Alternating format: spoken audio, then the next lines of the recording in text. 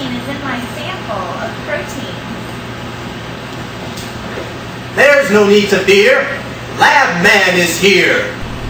When you're in trouble and you're in the lab, you need help and you're in the lab, it's Lab Man. Call Lab Man, it's Lab Man. To the rescue, Lab Man. Now, little lady, there is a way that we can detect that protein in your protein sample using a Western Blot. Now, the Western Blot has the purpose of detecting a specific protein in the protein sample using antibodies. Do you know what antibodies are? Well, in case you don't know what an antibody is, antibodies can be typically described as proteins which bind specifically to a particular epitope on a protein.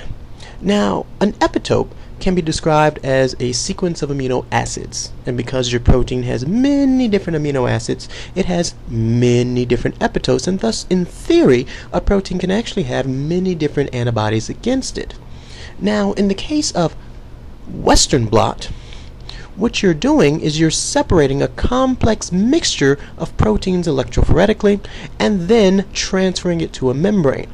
After you've transferred your protein to a membrane, you then want to probe for your protein of interest using an antibody.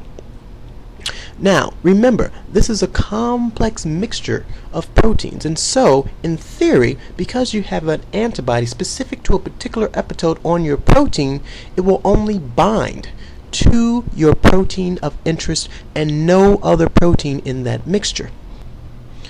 Now, there is the risk that you can have non-specific binding of your antibody. Now, this typically happens because you've incubated your complex mixture of proteins with your antibody for too long, or because the concentration of your antibody is too high. But fear not, we can circumvent this problem in many different ways. Now, after you've allowed the antibody to incubate with your complex mixture for an adequate amount of time, it's now time to detect your protein. Now, you can do that in two ways. One way is to add a secondary antibody which is coupled to a substrate. Now, this substrate will react in some way such that you can actually visualize your protein, its location and intensity after you've run the Western Blot. Your other option is to directly couple a substrate to your primary antibody. Now, the advantage of using a secondary is that it actually amplifies your signal, because secondaries typically bind to more than one spot on your primary. Thus, you have more antibodies, more substrate, and higher signal. Now, lastly, here is what you should expect from this lab, the results you should get. So study them hard, because this is what you're looking for. Well, the Western Blot has been used clinically in so many different applications. Now, the most important to date has been in the detection of AIDS. That we can actually transfer the Western Blot techniques from the clinic into the laboratory, from the laboratory into the clinic, vice versa, and we can detect that protein, little lady. Trust me. Now, to run your Western, you must first load your samples onto a gel and then run that gel for an hour. Now, all of you already know how to run a gel, I'm sure, so let's just move past that part. Place it in the honey and begin to release the protein slowly. Within at our top, enter. Red goes into the positive charge, white goes into the negative charge, and ready to go. Now that our gel has run, it's now time to take it out and set up what we like to call a press blot. First, remove the top from the gel electrophoresis apparatus after turning it off. Then, remove your gel very, very carefully. The gel will be very delicate, and you do not want to break the gel. So be careful and handle it very carefully. Now, place your gel that has your protein on it onto a piece of press blot or blotting paper.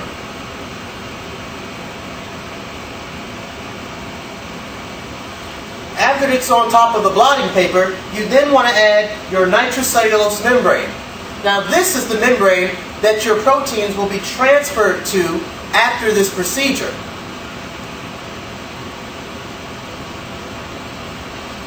Another piece of blotting paper, which is slightly thicker than regular paper, almost like cardboard. Some paper towel. And then you want to press the apparatus firmly, but not too hard, so that you squash the gel for 3 minutes. During this time, the proteins will be transferred from your gel onto the nitrocellulose membrane, and that membrane is what you're going to be staining for when you do your antibody staining. Now that your protein has transferred from the gel onto the nitrocellulose membrane, it is now time to stain your membrane. Simply deconstruct your press blot and gently lift the membrane to a plastic dish. Try to handle the membrane at the edges, such that your hands do not come in contact with the protein on the membrane. It is now time to block for non-specific binding, simply by adding a solution of gelatin. After the solution has been added, shake the plastic dish or place on a bench shaker. Afterwards, remove your membrane, again handling it at the edges, to a new plastic dish. Now it is time to add the primary antibody, which is specific for the protein that you are looking for. After the primary antibody has been added, we will incubate this entire setup at 37 degrees Celsius for at least 1 hour. Again, remove the membrane and wash the membrane 3 times, at least 3 times. Then, again, remove the membrane to a new plastic dish and add your color development solution so that you can see your bands. That's it. So there you go, little lady. We've detected that protein using a Western Blot. All right.